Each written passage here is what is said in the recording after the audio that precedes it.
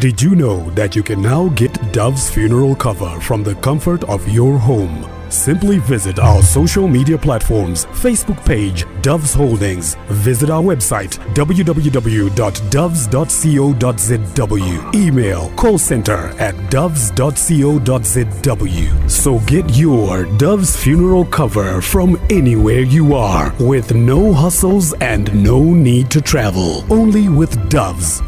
Doves, for the ones you love.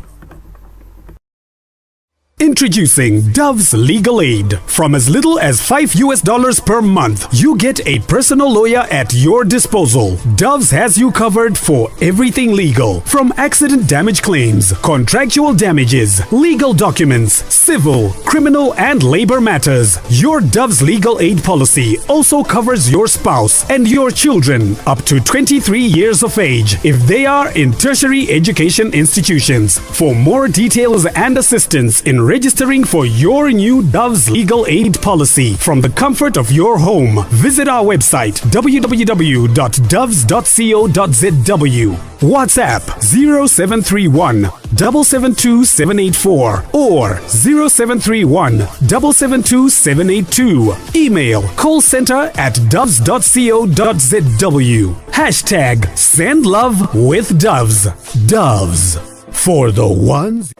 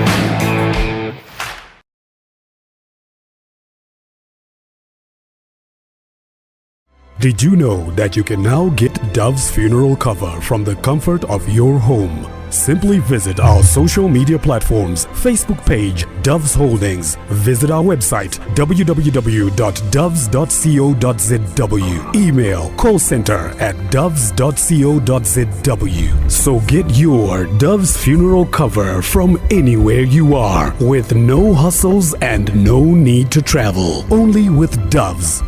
Doves, for the ones you love.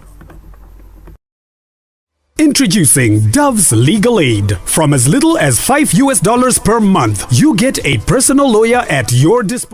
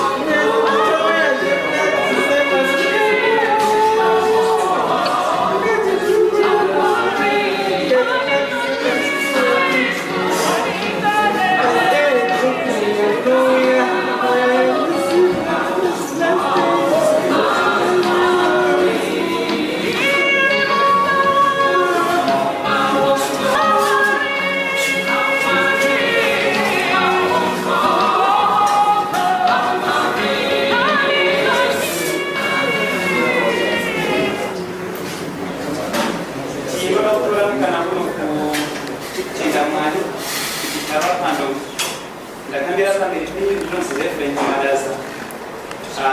Ndakambira Jasmine Rosetis nditendere kuti nematambudziko amaneshamwari.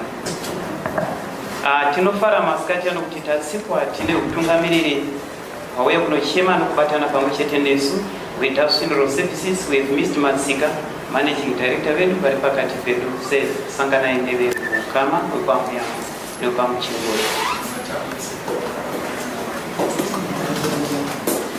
Tinari manager vedu Mr. Chiguri vauyawo zvakare kunoti chema pamwe chete nesu Mr. Chiguri sesanganai nevekukama.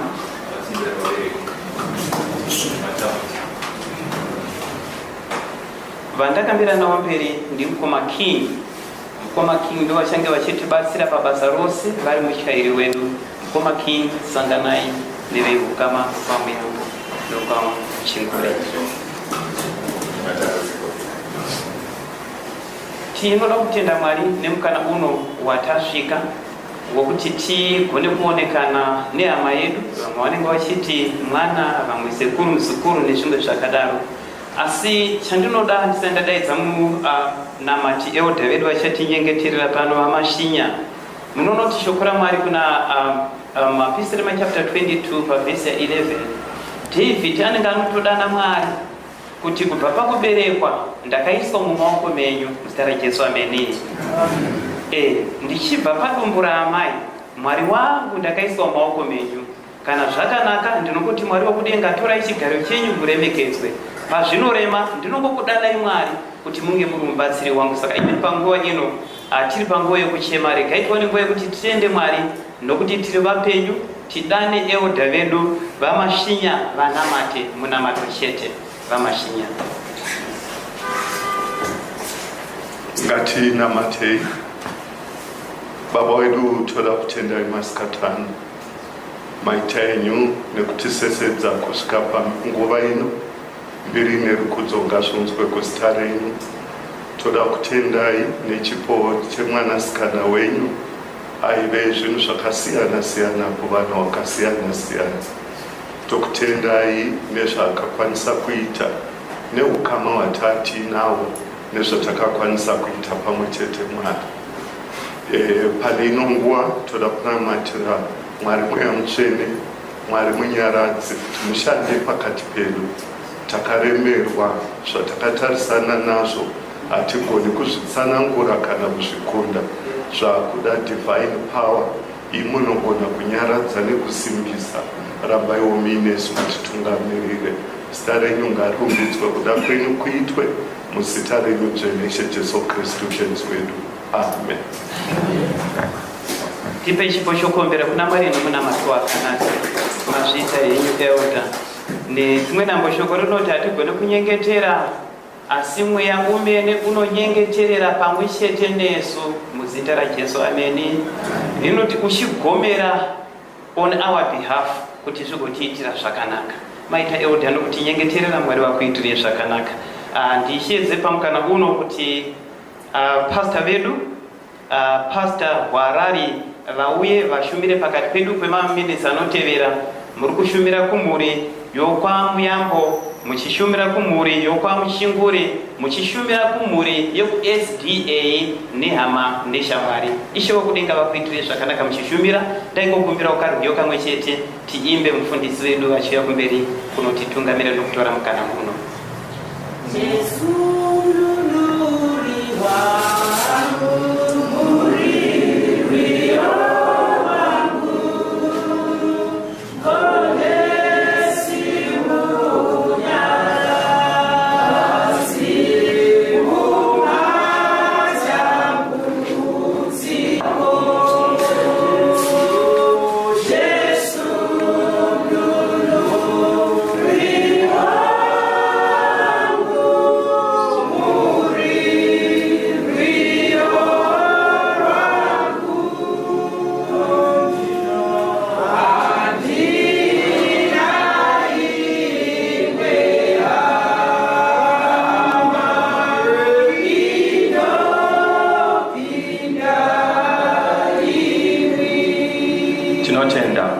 takatarisa mukati mekushumira kwatiri kuita mukati me 10 days of prayer dzandodavira kuti vazhinji tiri mukati meprogramu iyoyo.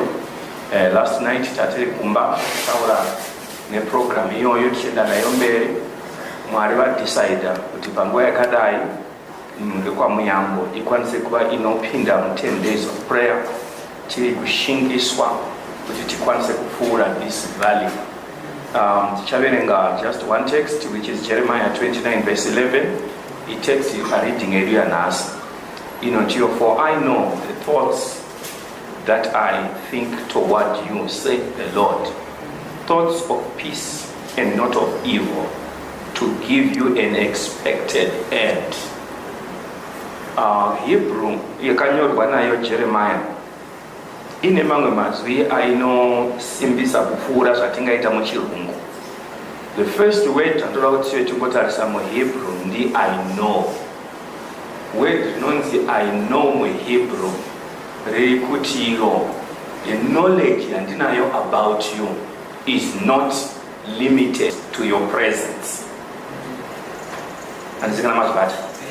Knowledge yandinayo about you haipo nekuti ndiri kukuona. Ndo word rakaiswa paHebrew. Hebrew lo word rinotiro ndakakuziva usati wavapo, ndichakuziva pane vanokuona usisipo, ndichazova newe even kumberi kwausati wasvika iwewe muridzi wacho. Saka that's how this word is crafted. Understand kuti the plan of redemption yakaitwa nyika isati yatombosikwa. Not only Muyambo aberekwa, nyika iyo isati yatombosikwa, the plan was there. What was the plan? The plan was men should live forever. But it was thwarted by the evil one. Ndoba yakanganiswa, ndoba Mwari vaita yatingati Trinitarian rescue mission. Trinitarian rescue mission yakatora 3. God the Father being with us for 40 years. Vachifamba nevaIsraeri murenje. Baba vachikwira vachienda kudenga, vachifamba nevaIsraeri murenje. Panouya mwanakomana anoberekwa muBethlehem through an angel. Yakabhururuka ikaita sestar ikauya ikavaratidza in Bethlehem. Yakabhururuka ikaita sestar ikauya ikavaratidza in Bethlehem. Mwanakomana achienda anoti handikusiyi muri nherera asi ndichakutumirai munyaradzi. You see the Trinity. So today is the Trinitarian rescue mission. Yokuti basa rokudzikinura munhu rikudirire rokuti vese vanotenda muna Jesu kunyange vakasvika stage iyi vachararamazve. Ndiyo hope yatinayo. Now the great philosopher Paul ubva ati kana tine tariro muupenyu huno chete kufunga kuti Muyambo zvavatipa zvatopera yatova full stop, hanzi tinosirisa kupfuura vamwe vanhu vese, because if a much longer eternity rikumberi kwedu. So the end of the verse says, God's plans is to give you an expected end. The word expected actually in Hebrew rakadzamisa too much. What you might have really wanted in mind. That's what God says. May God bless us. As we are going to view the face of our sister, we have had a view and most of you are going to do it. Let's be strong and know that this is not the end of my Muyambo. The end is yet to come. Ngatina mate. Baba wali kudenga tuwa kuchenda. Kupa imbiri norukudzo nengo ya matipa. Yukushika pano pa shamari dzedu doves. Kuti dzichibatsire in the work yatasinga kwanisi kuti tiri toga. Yukuchengeta mutumbiwe ama yedu since she slept. Kugadzirira zvakare to lay and to rest. This is the process, and the process since it started some time ago. Nishamari dzedu doves. Tinotorawo pano takufamba navo kuenda murwendo irworwo where we are going to lay your servant to rest. We believe and know, Father, that she was in your hands. We have no doubt about it. We met her, we talked to her, and we conversed, and we know what she believed. And by this, Heavenly Father, we know it's not the end. Thank you, Heavenly Father, for this moment. Strengthen us now, strengthen us all, and lead us now. In Jesus' name, amen.